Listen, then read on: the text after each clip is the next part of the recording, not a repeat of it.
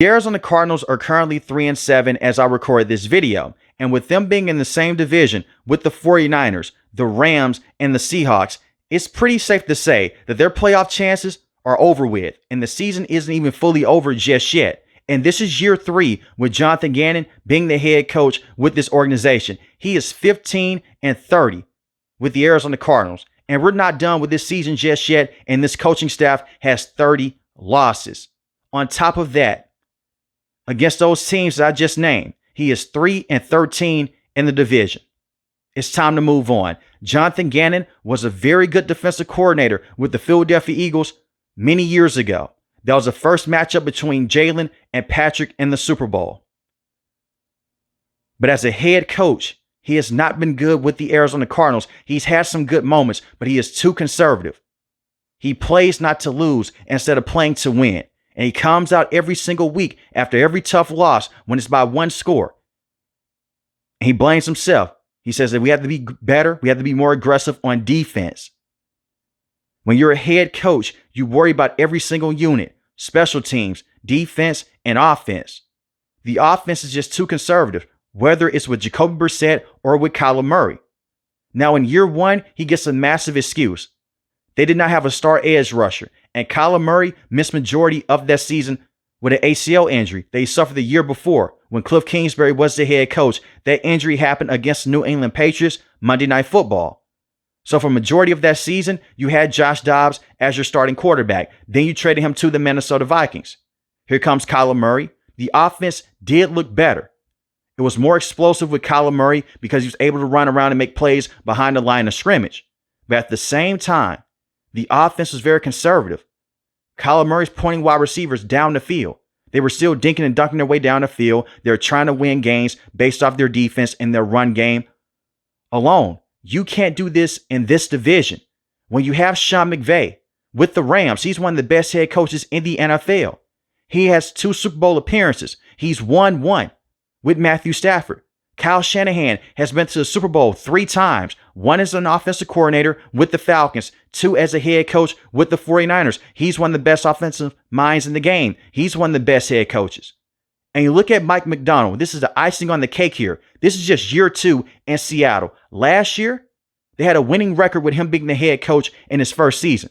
This is his second year. They're one of the best teams in the NFL. And you look at the Arizona Cardinals. They are still stuck in the basement of the NFC West division. And you go back to last season, they had a chance to win this division, but it spiraled out of control on the back end. As a head coach, you have to bring everything together and make sure that you beat a team like Seattle. Make sure that you close out in those division matchups. They just couldn't. Not only did you lose to Seattle once last year, you lost to them twice. You got swept. And he got outcoached by Mike Macdonald, a rookie head coach last season. And Geno Smith was their starting quarterback. And they beat the Arizona Cardinals. Now, granted, Kyler Murray did not play his best. He threw a pick 6 in one of those matchups. But that still comes down to the game planning here with Johnthan Gannon. He is close friends with Drew. Drew should have been fired after year 1, but he has kept him around every single year. And Drew is one of the worst offensive coordinators in the NFL. He's too conservative. Basic routes underneath. You get the occasional post route with Michael Wilson or Marvin Harrison Jr. And Trey McBride, he is just a beast at the tight end position no matter who is throwing him the football. No matter who is calling plays, he's going to find a way to get the football. That is how special he is. But they base this offense off the legs of Kyler Murray in the backfield. And the same with James Conner when he was fully healthy. And speaking on that situation with Kyler Murray, let's transition over to this conversation. Drew, in that first year when Kyler Murray was fully healthy last year, early on, he used him primarily as a pocket passer. Kyler Murray coming out of college, dual threat, out of Oklahoma, can move around, can make plays in space, can throw the football deep down the field, working off of play action. He didn't start making those plays until later in the year last year. You barely saw design runs with Kyler Murray. And when he did have design runs, they worked. But he rarely called those plays with Kyler. And when I'm saying get rid of Johnthan Gannon and the same with Drew and this entire coaching staff, Kyler Murray is also on that list. Kyler Murray has been in the NFL since 2019. He's not one of the worst quarterbacks in the game, but he's not a franchise quarterback either. Kyler Murray has struggled in this system with Drew. Once again, bad play calling. But certain areas of the field, Kyler Murray just can't hit. You go back to last year against the Buffalo Bills, they'll win this matchup. Marvin Harrison Jr. is deep down the field. He's wide open. Kyler Murray just didn't see him. And the connection with Kyler Murray and Marvin Harrison Jr. has never clicked. The connection with him and Trey McBride is there, but once again, Trey is one of the best tight ends in the game. Kyler Murray is an undersized quarterback that has dealt with injuries over the last few years of his career. And this general manager, he may be gone as well. But this general manager did not give him this contract extension, and the same with Johnthan Gannon and the rest of his coaching staff. That came with Cliff Kingsbury and the previous general manager. They went all in on Kyler Murray. And the contract details leaked out. Someone in the organization at that point in time, they felt like Kyler Murray was not focused enough on the field. And they were saying that he needs to go out there, he needs to watch more film. And they put that in his contract. That's where you get all the Call of Duty memes with Kyler Murray. And he's poked fun at it as well. But let's be serious here. Kyler Murray has not lived up to the hype of being the first overall pick in 2019. He can be better elsewhere. He may have a redemption arc like Sam Darnold, like Baker Mayfield. But he is never going to be a franchise quarterback long-term with the Arizona Cardinals, especially in this division. And the Cardinals, they tried to put talent around Kyler Murray. You brought in Rodney Hudson, even though he was on the back end of his career from the Las Vegas Raiders. You brought in DeAndre Hopkins in a trade. You traded the first-round pick for Hollywood Brown, which was crazy, by the way. But you have tried to put a wide receiving core out there for Kyler Murray. You hired an offensive head coach in Cliff Kingsbury. He was not ready for this spot. Now you bring in a brand new head coach in Johnthan Gannon, a defensive mind. It's not gelling with Kyler Murray, and it's time to move on. In 5 games this year, 6 passing touchdowns to 3 interceptions. Now, he went down with that foot injury against the Tennessee Titans many weeks ago. Remember when I said that Kyler Murray has struggled to stay healthy? Well, he's dealing with this foot injury right now. He tore his ACL a few years ago. Jacoby Brissett, in 6 games, this is still a bad offense, by the way, with bad offensive play calling with Drew. He has 11 passing touchdowns and 5 interceptions. Now, I want to pump the brakes here for a second. I'm not saying that Jacoby Brissett is going to be the answer long term. But for this system and for this team, I feel like Jacoby Brissett is a better starting quarterback than Kyler Murray. Kyler Murray is more athletically gifted than Jacoby Brissett. He can make plays in space. He can avoid sacks. But at the same time, Kyler Murray will rush himself into pressure in certain areas of the field he just can't see. If you notice something here, the offense has a boost in passing yards per game with Jacoby Brissett. He's a bigger quarterback. He has a better deep ball with Kyler Murray inside the pocket.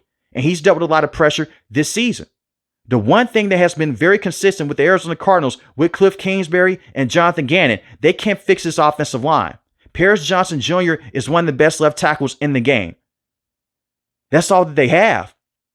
Will Hernandez has not been a very good right guard this season. Kevin Beachum is not a very good right tackle either.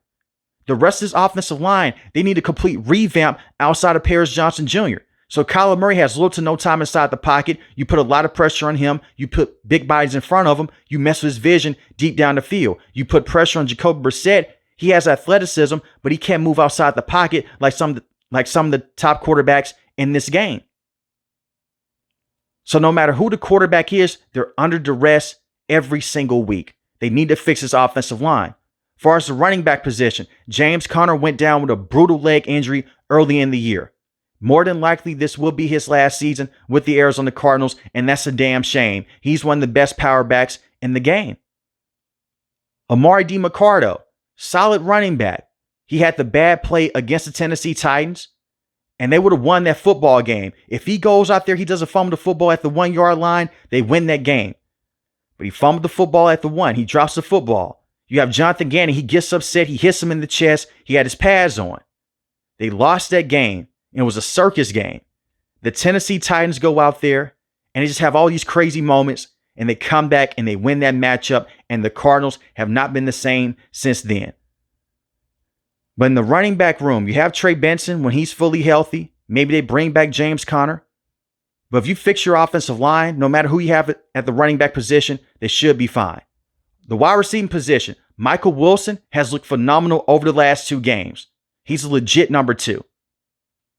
He's not a number 1. He's not a true game changer. But as a number 2 wide receiver, you can do something with him in that spot. Marvin Harrison Jr. has not lived up to the hype. Now, Kyler Murray gets a lot of blame. A lot of people come out and they say, well, the reason why Marvin Harrison Jr. doesn't have the production, Kyler Murray's not giving him the football. Marvin is getting open. Marvin Harrison Jr. has struggled with separation early on in his career, and this is just year 2. He's also had major drops this season. 1 interception this year was not on Kyler Murray. He throws the football to Marvin Harrison Jr. Thursday night game against Seattle. It's in his hands. It bounces off. It goes for an interception. Now, this is the difference between Kyler Murray and Jacoby Brissett. He had that drop. Kyler Murray goes off. He gets into the tablet. He doesn't talk to Marvin Harrison Jr. Jacoby, on the other hand, when a player messes up, he goes up to him. He says, hey, it's okay. And he sits down and he talks with him. It's just a little thing to notice on the sideline. But Marvin has not lived up to that hype of being the next top wide receiver in this league. He's not a terrible player.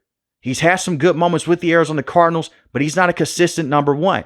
He's not even a true number 1 wide receiver right now. He's not a true difference maker. They need him to be better. And he has struggled with separation so much in his career that I am concerned about that. And right now he's dealing with an injury. The best receiving target is Trey McBride.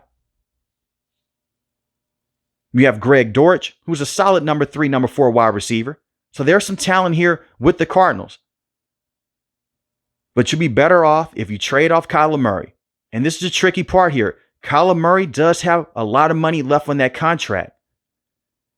It takes 2 teams to work out a trade here. Arizona just can't go out there and just say, you know what, we're going to trade you to the Minnesota Vikings. It doesn't work that way. 2 teams have to agree to a trade. But I can easily see Arizona trading him or just releasing him from his contract. And top teams that should be interested, the New York Jets, the Las Vegas Raiders, and the Minnesota Vikings. Those are the top teams for Kyler Murray, and maybe the Steelers if Aaron Rodgers retires and he doesn't return next year. Defensively, you have a lot of talent. Josh Sweat has been a nice player for this team this year. That was a nice pickup in free agency. He has 9 sacks on the year, 3 forced fumbles. Walter Nolan has missed time this year dealing with an injury, but when he's been fully healthy, and the game against the Jaguars had a big moment before he went down with an injury, and especially against the Dallas Cowboys, he has shown a lot of special plays this year. He just needs to stay healthy. But he could be a star defensive tackle. I feel bad for Calais Campbell. The back end of his career, he was with the Miami Dolphins last year. Now he's with the Arizona Cardinals. This is a player that is still one of the best defensive tackles in the game that you can have. He's had big time play over the last few years. And I wish that he was on a playoff contender. But he deserves a lot of love and a lot of credit. Darius Robinson has dealt with injuries in his career. I look at someone like him, he's really a bust. And you selected Marvin Harrison Jr. in the first round with Darius Robinson. Both of those first round picks are very shaky right now, especially Darius Robinson. Will Johnson is a very good cornerback when he's fully healthy. He's dealt with injuries this season. But coming out of Michigan, you knew what you were getting. A player that was coming off of a season with Michigan to where he dealt with injuries. Budda Baker is still a very good safety to have, and Garrett Wilson inside the nickel cornerback position with Max Melton. They have a lot of talent here. It's just not good enough in this division. And that's the one thing that you're going to fight over the next 5 to 10 years with the coaches in this division and with the teams that they have. They need a true aggressive head coach that can match up with Kyle Shanahan, Sean McVay, and Mike McDonald. And you can't tell me that they can't find that guy. The Seahawks just did. They moved off of Pete Carroll. They bring in Coach Mike.